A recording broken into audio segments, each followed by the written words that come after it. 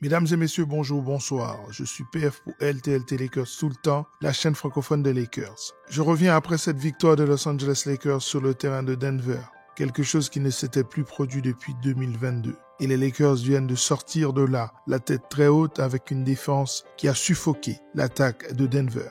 Denver, une équipe élite offensivement qui n'a pas vu le jour face à cette défense tellement intelligente des Los Angeles Lakers. Nous allons analyser néanmoins la performance des Los Angeles Lakers sur les 15 derniers matchs pour montrer que c'est l'une des meilleures équipes de la ligue depuis ces 15 derniers matchs. Et qu'en défense, ils ont déjà fait des choses extraordinaires, notamment face à Boston, mais aussi face à New York, souvenez-vous. Nous allons analyser tout ça. Lakers tout le temps, c'est tout de suite. Step 1, wake up early, gonna rise with the sun. Step 2, get some good, some food in you.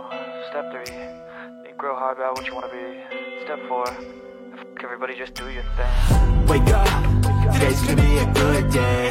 Wake up, today's gonna be a good day.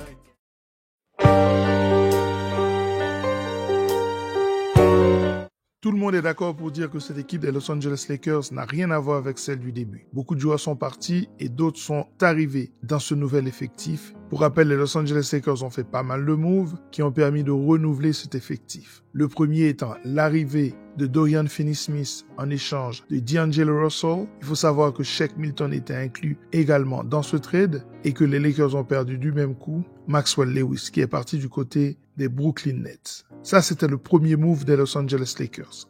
Ensuite, c'est l'arrivée de Luka Doncic et là, les Lakers perdent des joueurs comme Max Christie, Anthony Davis et Jalen Hood-Schifino, qui lui est parti du côté de Utah, puisqu'il était inclus dans le trade. Les Los Angeles Lakers ont récupéré Luka Doncic, bien entendu, mais pas seulement. Il y a également Markieff Morris et Maxi Kleber. Entre-temps, ils ont aussi renouvelé leur two-way et il y a un certain Jordan Goodwin qui pointe le bout du nez. Dans cette équipe des Los Angeles Lakers, il y a également le retour, entre-temps, de Jared Vanderbilt qui change pas mal de choses et la régularité dans ce roster d'un certain Gabe Vincent. Voilà pour l'effectif des Los Angeles Lakers.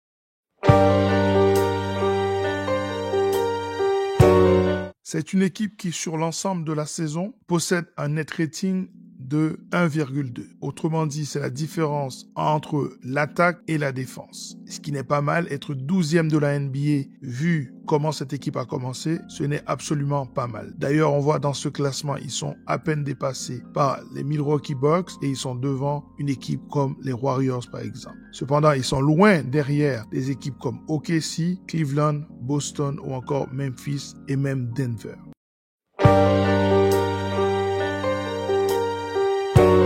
Cependant, en changeant d'échelle, en passant par exemple sur les 15 derniers matchs, eh bien, il y a déjà un changement majeur. Sur les 15 derniers matchs, les Lakers changent de statut puisqu'ils sont 3e au niveau du net rating. Seulement Cleveland, premier à l'Est, et Oklahoma City, premier à l'Ouest, est devant eux. Ils devancent du coup Boston et même l'équipe des Nuggets. Et les Blazers, vous voyez bien que c'est une équipe qui fonctionne bien puisqu'ils se sont replacés dans ce classement. Ça, c'est au niveau du net rating général. Maintenant, si je prends au niveau offensif, l'équipe des Los Angeles Lakers est 6e de ce classement, ce qui est très intéressant, sachant que Luka Doncic n'est pas encore rentré dans son rythme à lui. Une fois qu'il va rentrer dans son rythme à lui, il va changer également le niveau de cette attaque qui, à mon sens, va terminer la saison en tête devant Denver, devant Cleveland, devant OKC, devant Boston, devant les Grizzlies. Ça, je pourrais mettre ma main à couper là-dessus. Cependant, c'est au niveau défensif que les choses prennent tout leur sens,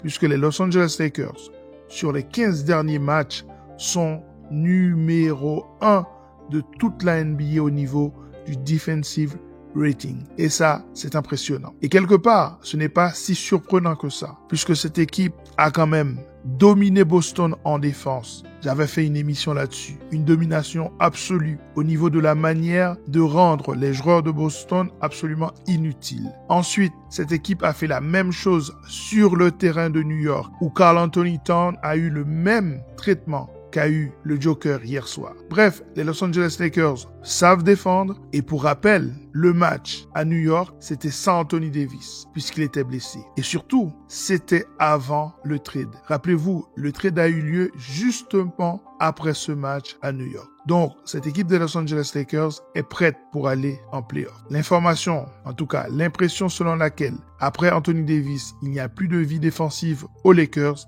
eh bien, cette impression est complètement fausse.